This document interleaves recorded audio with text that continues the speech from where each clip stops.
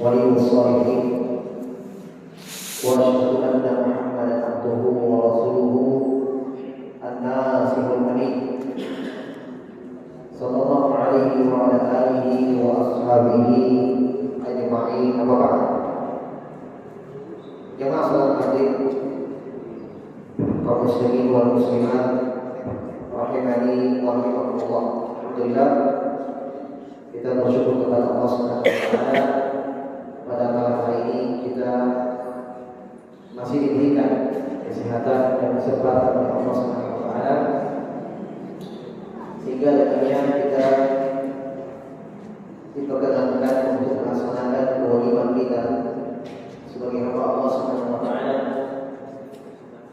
yaitu melaksanakan salat maghrib secara berjamaah dan insyaallah salat isya secara berjamaah pula. Demikian pula dengan karunia Allah Subhanahu wa taala kita lanjutkan kembali kajian kita pada malam hari ini, mengkaji kiat-kiat di dalam mensucikan hati.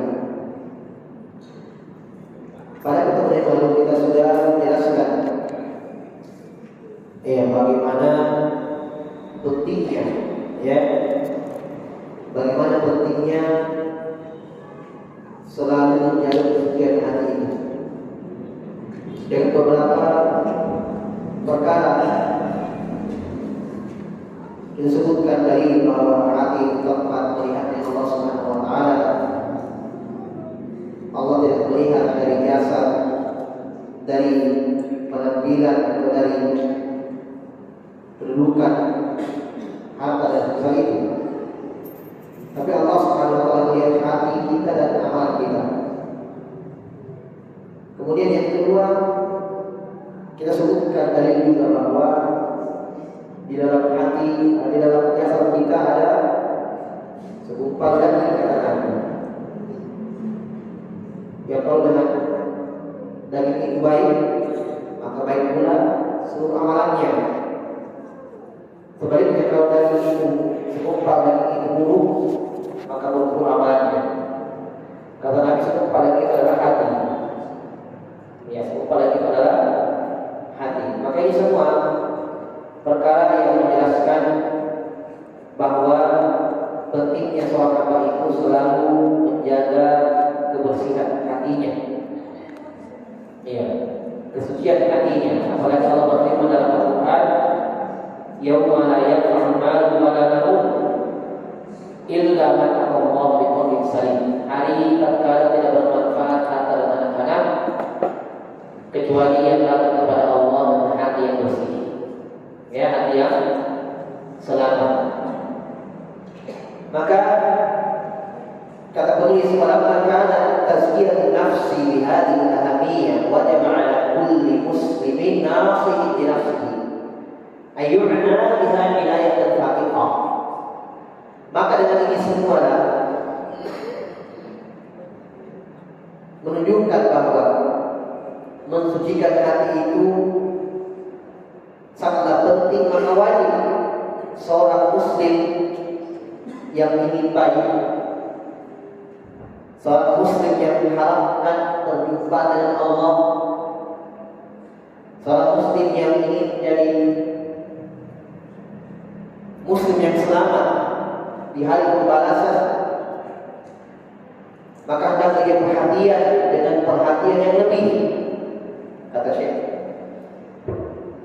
Dia perhatian dengan perhatian yang ekstra.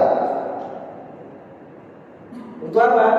Ayyahina nafsahu fi hayatihi, untuk selalu melatih dirinya, melatih jiwanya dalam hidupnya. Karena kalau mati tidak bisa lagi. Kalau sudah meninggal itu tinggal dihisap nanti. Tinggal perhitungan. Berarti kesempatan untuk melatih jiwa untuk taat, membersihkannya di dunia selama ruh masih dikandung badan. Selama ruh itu masih dikandung badan. Ali bin Abi Thalib mengatakan, Al-yawma a'malu fala hisab wa ghadan hisabu wa amal. Hari ini hanya yang ada cuma amalan, tidak ada perhitungan, tidak hitung. Tidak ada hitung-hitungan hari ini, hanya ada cuma beramal. Besok hari kiamat yang ada cuma perhitungan, tidak ada amalan lagi. Ya, tidak ada amalan lagi. Maka hendaknya seorang muslim bersungguh-sungguh di masa hidupnya untuk ala tahqiqi hadhihi al-ghayah, untuk mewujudkan kemuliaan ini, untuk mensucikan hatinya, membersihkan hatinya, agar supaya apa? Liyufliha fi dunia wa akhirah, agar dia selamat, beruntung, bahagia dunia dan akhiratnya. Wa yan'ama bis-sa'adatil haqiqiyyah, agar dia mendapatkan kenikmatan yang benar-benar hakiki. Kalau kenikmatan tidak hakiki, ya, itu kenikmatan sementara. Orang kafir juga zaman sekarang mungkin dia rasa nikmat di dunia ini, dengan harta yang dia punya, senang-senang dia, ya, apa yang dia mau ada, mungkin bahagia, senang, tapi tidak hakiki. Apa itu hakiki? Hakiki yang tidak ada ujungnya, ya kan? Kalau kesenangan yang akhirnya neraka, tidak ada. Senang di dunia itu tidak neraka, berarti tidak senang pula. Berarti kebahagiaan hakiki didapatkan oleh orang beriman. Walaupun mungkin di dunia mungkin dia susah, sholat malam, berpuasa, tahan lapar, tapi kan endingnya, akhirnya kebahagiaan. Makanya surga dikatakan darun na'im, tempat kebahagiaan. Kenapa? Karena itulah akhir perjalanan manusia. Surga atau neraka. Nah, berarti kalau mau dilihat orang bahagia hakiki, dan akhirnya, nah itu bahagia terus tanpa ada, iya, tanpa ada kesedihan lagi. Makanya orang beriman dalam surga ketika dimasukkan dalam surga, mereka berkata dalam Al-Quran, wa qalu alhamdulillahi alladzi anzala 'anna al-hazan inna rabbana laghafurun syakur. Segala puji untuk Allah yang telah menghilangkan dari kami segala kesedihan. Dalam surga tak lagi sedih. Jangan yang sedih, jangan sekalian. Buang air besar, buang air kecil tidak ada lagi. Lebih ini mustahada dalam hadis, dalam surga. Tapi makanan memang ada. Dalam hadis tadi mengatakan makanan yang kita minum, makanan yang kita makan, minuman yang kita minum itu keluar menjadi keringat, komisi. Tetap diolah tapi bukan lagi buang air. Di mana makanan kata Nabi keluar dari keringat dan berbau misi. Itu bisa dibahagiakan itu di dalam surga. Dalam Al-Quran kata Allah, kutufu hadaniyah. Kutufu hadaniyah. Buah dari dalam surga itu dengan subhanallah mau mengambilnya itu tidak dipajak lagi. Saking dekatnya kata Allah, saking nikmatnya. Kutufu hadaniyah, buahnya di dalam surga itu dekat sekali dengan orang. Maksudnya tergambar mau banget tinggal. Tidak ada lagi pergerakan panjang lagi, susah kupas lagi, berkeringat tidak ada. Kata Allah, kutufu hadaniyah, buahnya dekat. Coba, itu baru kebahagiaan namanya. Tidak ada lagi ucapan dosa, tidak ada pasang-pasang foto, tidak ada di dalam surga. Ya. Kata Allah, illa salam, kecuali ucapan yang selamat, yaitu ucapan zikir, nikmat, alhamdulillah, ucapan yang sifatnya baik. Tidak ada ucapan ngomong dusta. Itu di dalam surga. Nah, itu kebahagiaan. Jadi tidak ada nilai satu kebahagiaan di dunia yang mula akhirnya adalah neraka Allah. Tidak ada. Itu kebahagiaan semu namanya. Ya. Yang akhirnya adalah tersiksa dan siksaan yang tidak ujungnya. Waliyadzubillah. Jadi seorang muslim untuk mendapatkan kebahagiaan yang hakiki, maka sucikan hati, bersihkan. Ya. Fa inna lin nafsi 'ala al-muslim haqqan. Lihat ini. Karena kata beliau, hati kita ini maksudnya jiwa kita. Jadi kalau dikatakan jiwa ya hati dan semua. Ya, itu nafs dalam bahasa Arab, nafs jiwa baru berarti kita semua dari tulang sampai ke kaki dan hati semua kita, diri kita ini. Akan kalau dikatakan diri berarti tersusun dari ada mata, telinga, hidung, hati, semuanya. Ya. Jadi diri kita, nafs, jiwa, semua itu ada haknya. Dari ujung rambut kita sampai ujung kaki, kata Nabi itu ada haknya anggota tubuhmu yang kamu diberikan, naikkan haknya. Tahu ya kalau kita naikkan hak?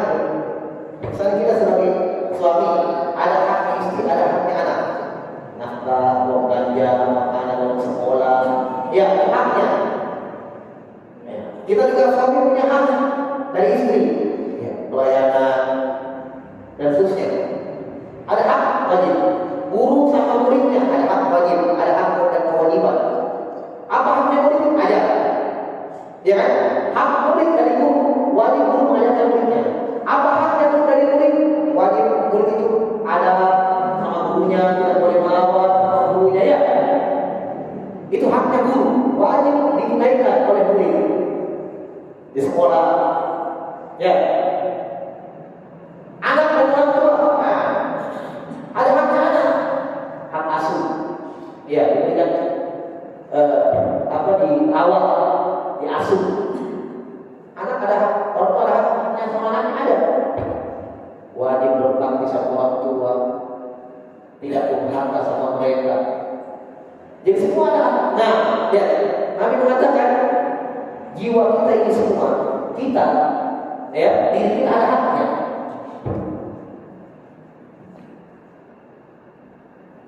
Ada kisah dulu sahabat dipersaudarakan dua orang, Salman Al-Farisi dengan sahabat yang mulia Abu Darda radhiyallahu anhu.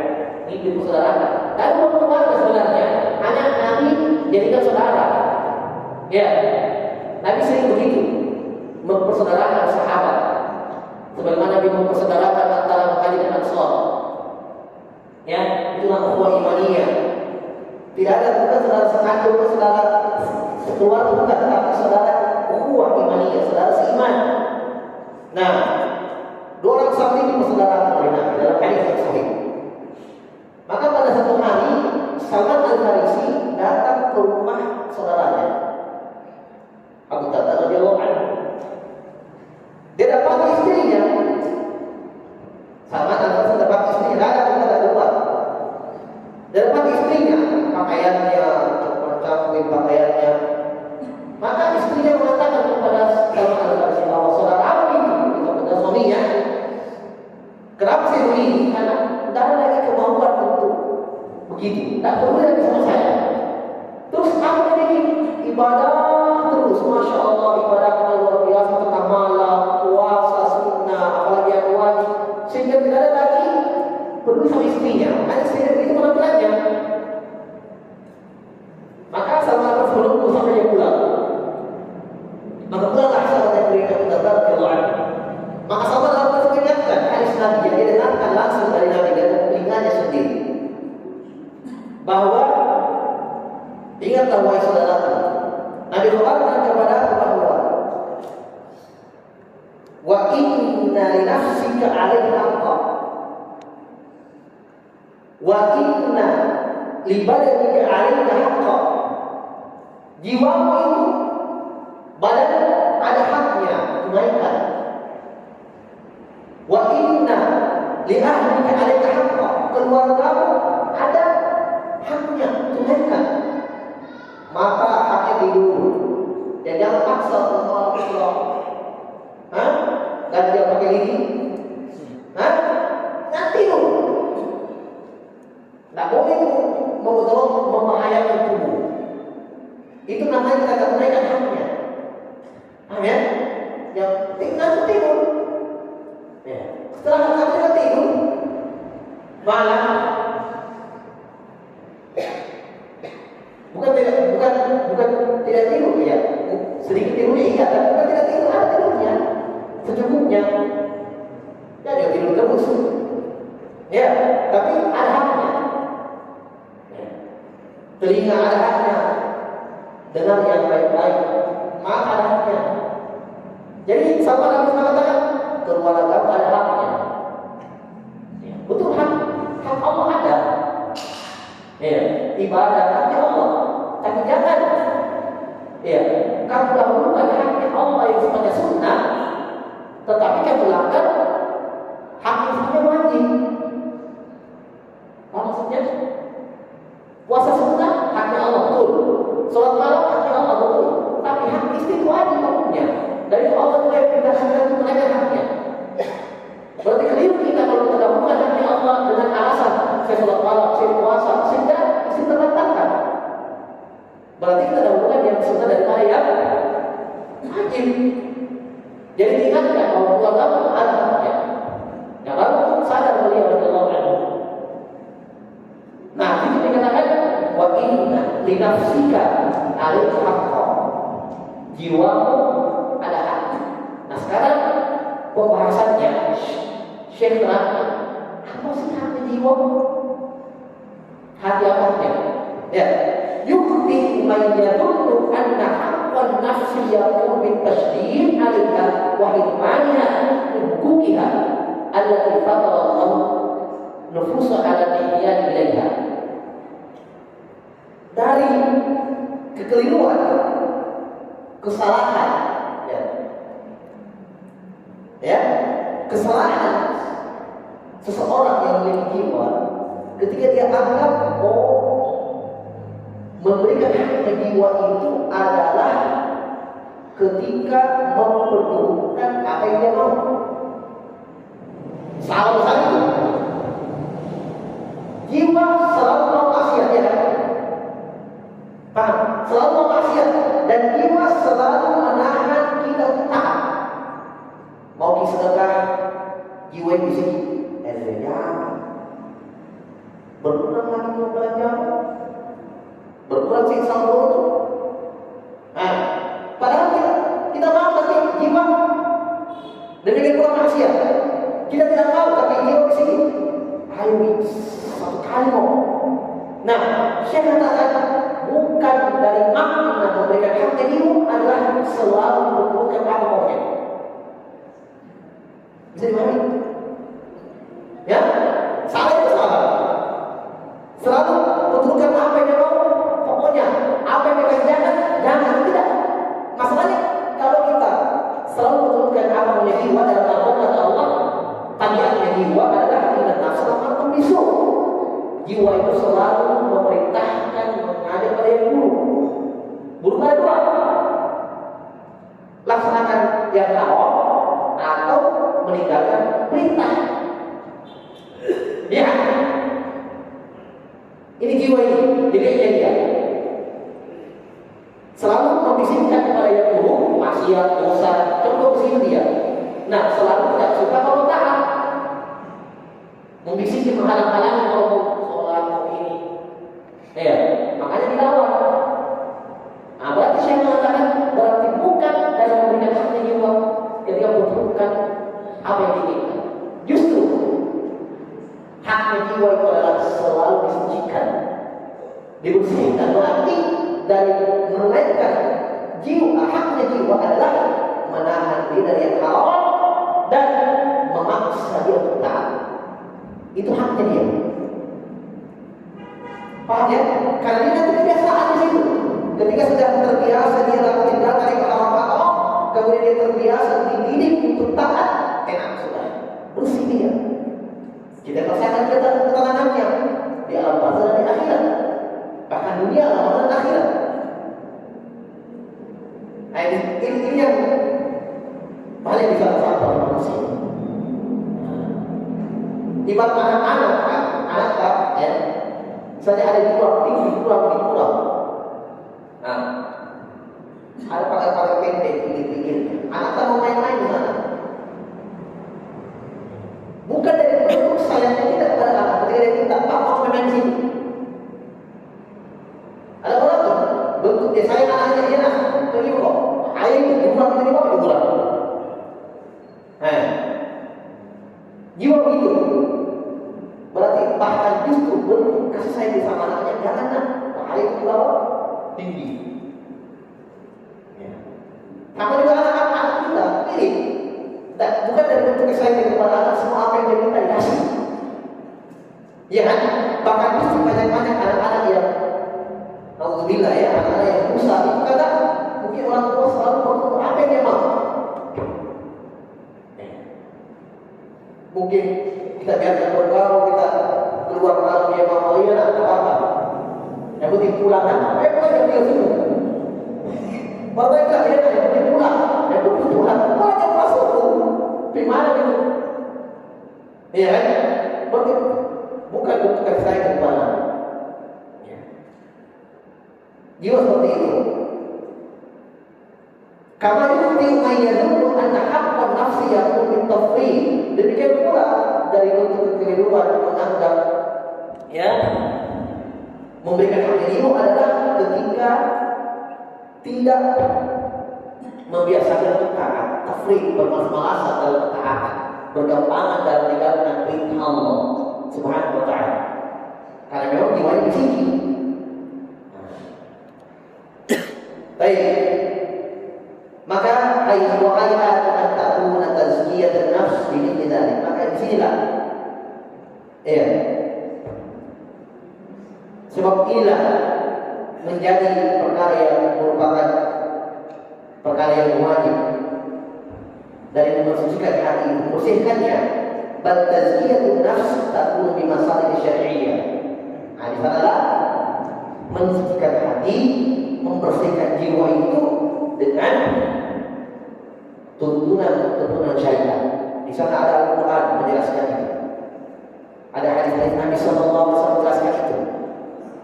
Di dalam Al-Quran. Ya, tinggal kita membacanya, mengamalkannya. Wa min tawassul wal i'tidal.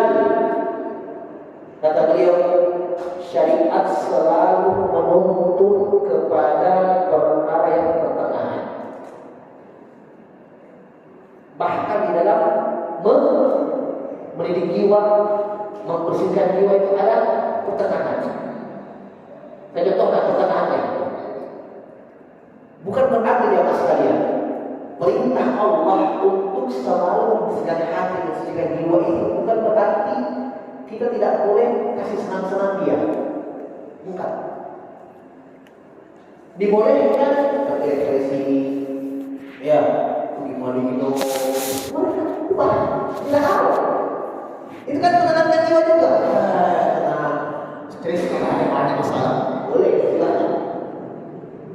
Ya kan? Itu bentuk pertengahan kan. Pokoknya harus di masjid terus, tidak boleh keluar, salat terus, tidak boleh, tidak juga. Itu pertengahan. Tapi jangan kelewatan. Jangan memperturutkan hawa nafsu jiwa itu kemaksiatan, kau biarkan, jangan. Tetap ada yang ditahan dan akan dilatih untuk menahan apa yang dia mau. Ada hal-hal yang mubah, silahkan. Itu pun tidak berlebihan. Ada pernah sahabat Handolah, kita mengenal misalnya ya, Handolah. Dia kalau di depannya Nabi, Masya Allah. Kata Handolah, saya kalau di depannya Nabi, jelaskan tentang surga, nasib tentang neraka, seakan-akan saya melihat surga di depan saya, neraka di depan saya. Tenang, itu syahdu, tenang. Tapi kalau saya pulang ke rumah, bertemu dengan anak istri, lupa lagi yang tadi. Ya, maka dia katakan, apa Handolah? Kalau begitu, saya sudah munafik saya. Maka Handolah itu mengatakan sedih, iya. Handolah mengatakan, ya Abu Bakar, apa Handolah? Wahai Abu Bakar, saya sudah munafik. Ya, kalau kata tak apa yang baru. Bisa aku bilang dirimu munafik. Munafik dan munafik. Kenapa kau bilang dirimu munafik?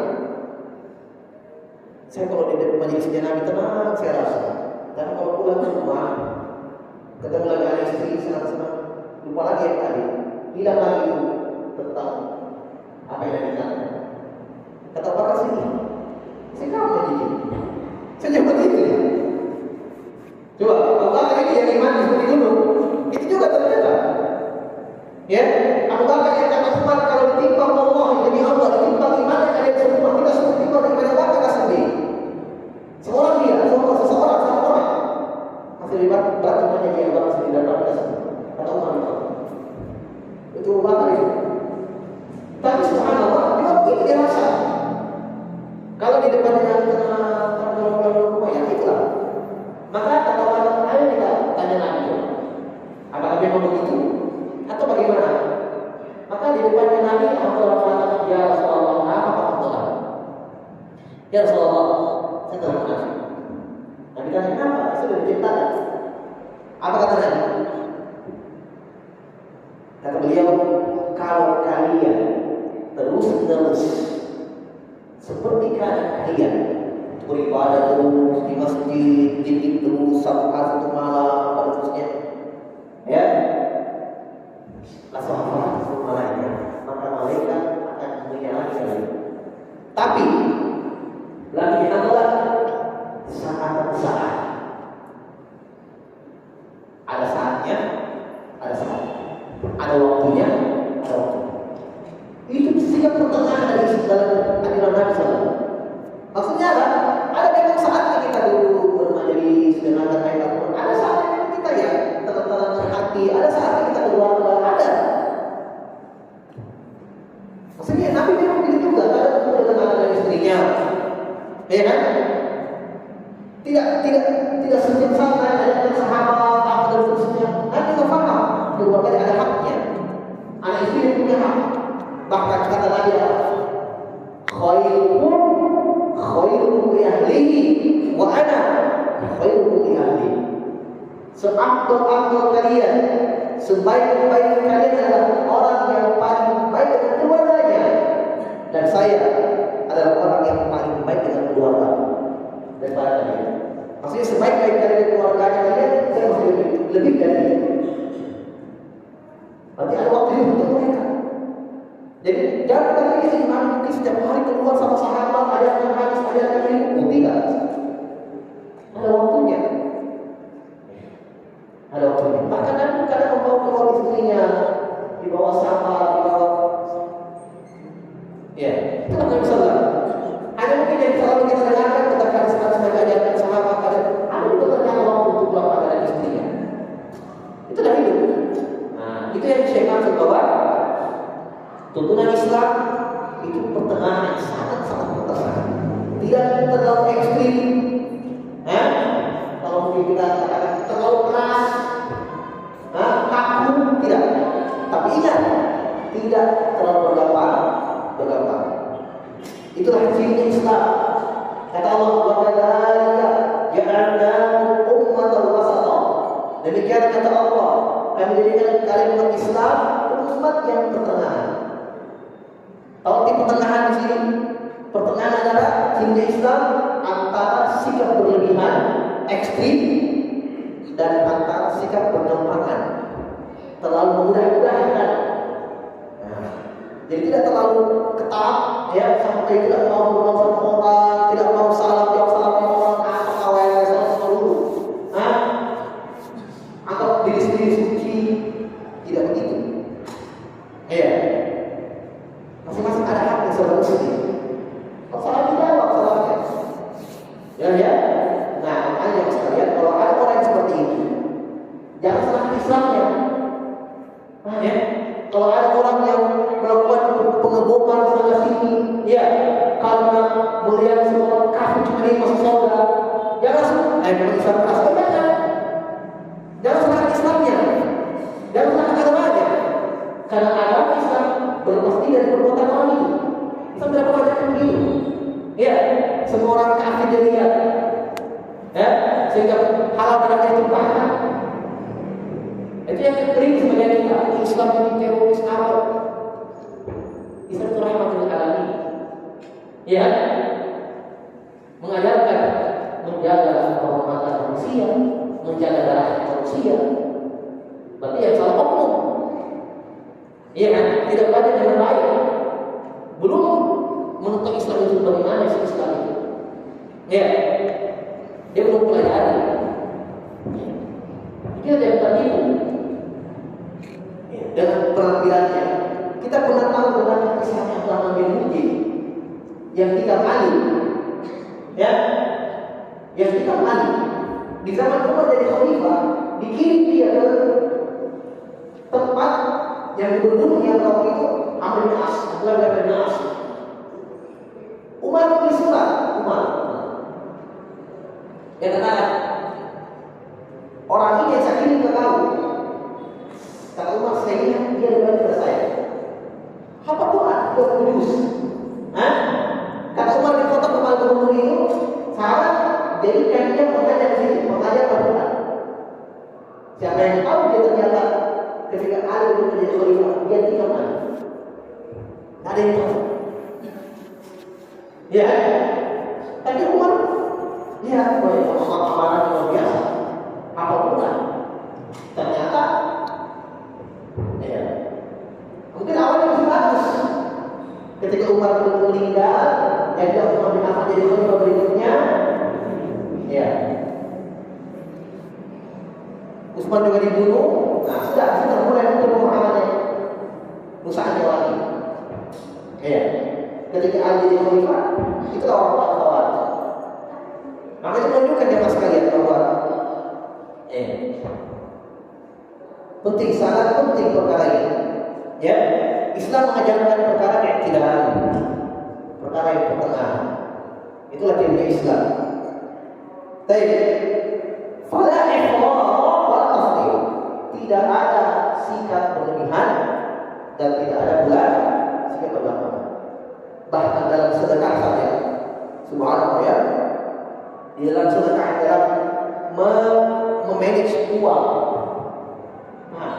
dalam memanage harta itu ketenangan Islam. Ketika Allah sebutkan tentang orang yang beriman kepada Rahman dan Al-Furqan, kata Allah, walladzina idza anfaqu lam yusrifu wa lam yaqturu wa kana baina dzalika qawama. Orang yang beriman adalah dia.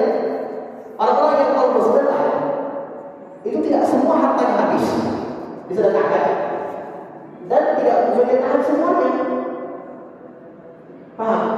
Tapi bagaimana dengan wa kana baina dzalika qawama? Tapi Islam mengajarkan tengah-tengah.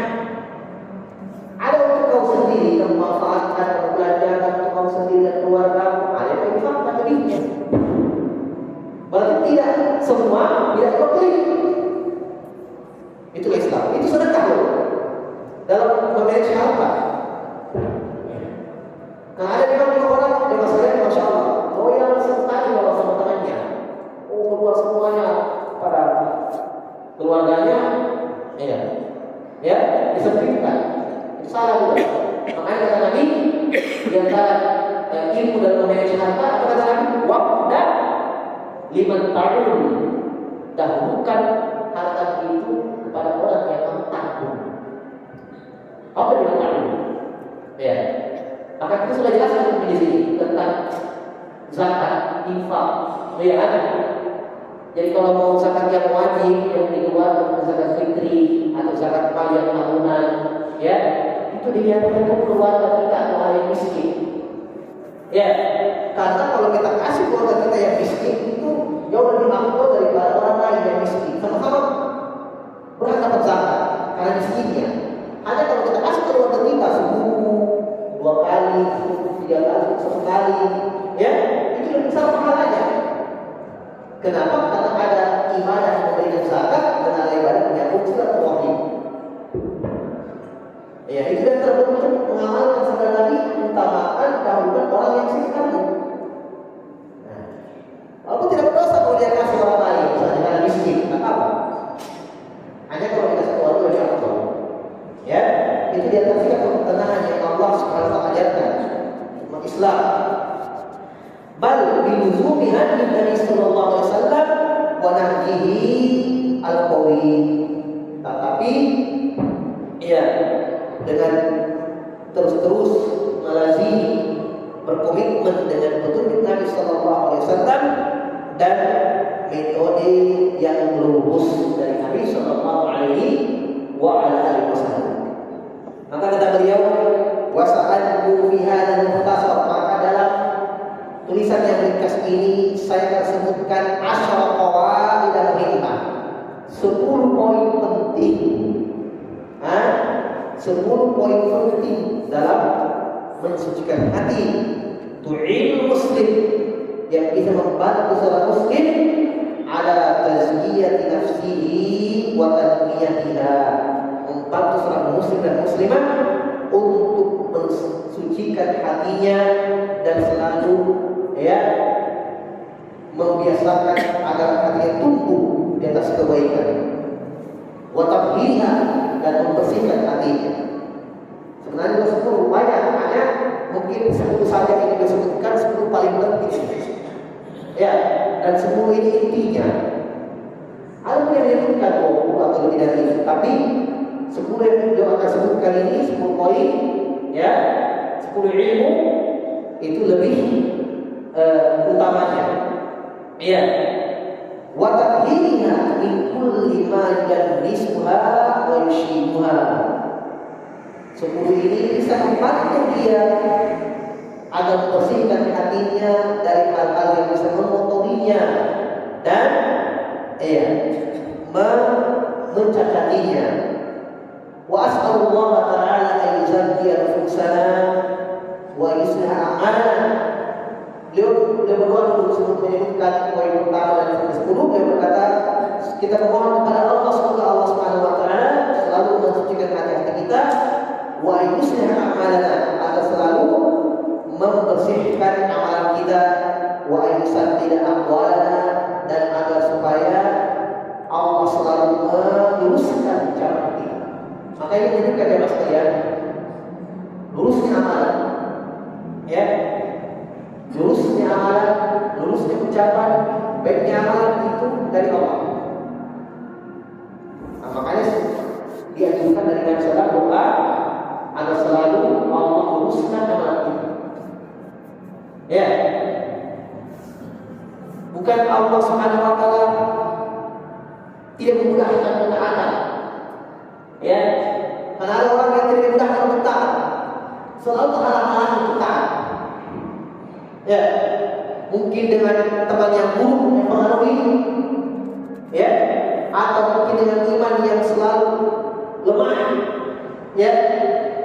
maka selalu minta kepada Allah agar dikuatkan. Makanya ketika Allah berfirman tentang orang munafik,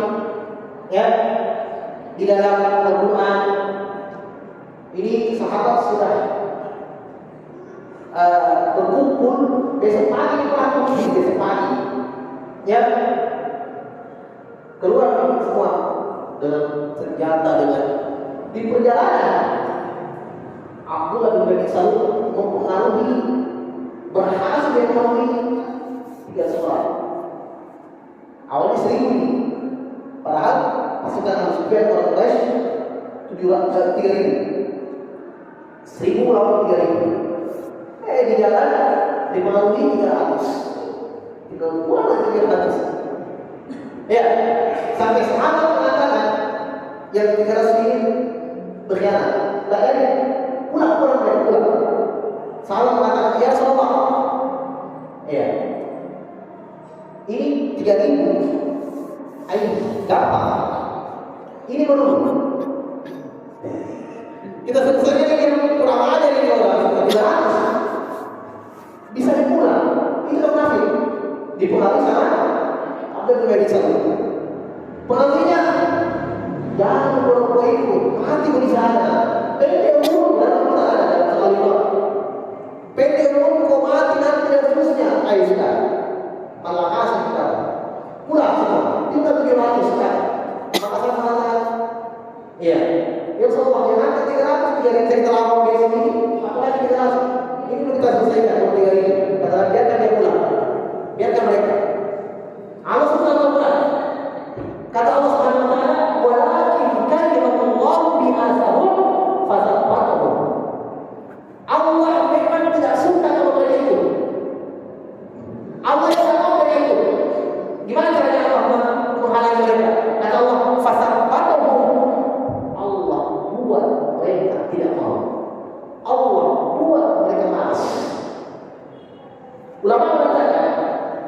Walaupun ayat ini turun kepada seperti orang-orang munafikin atau kata para ulama ahli tafsir, maka lihat diri kita dan masalahnya.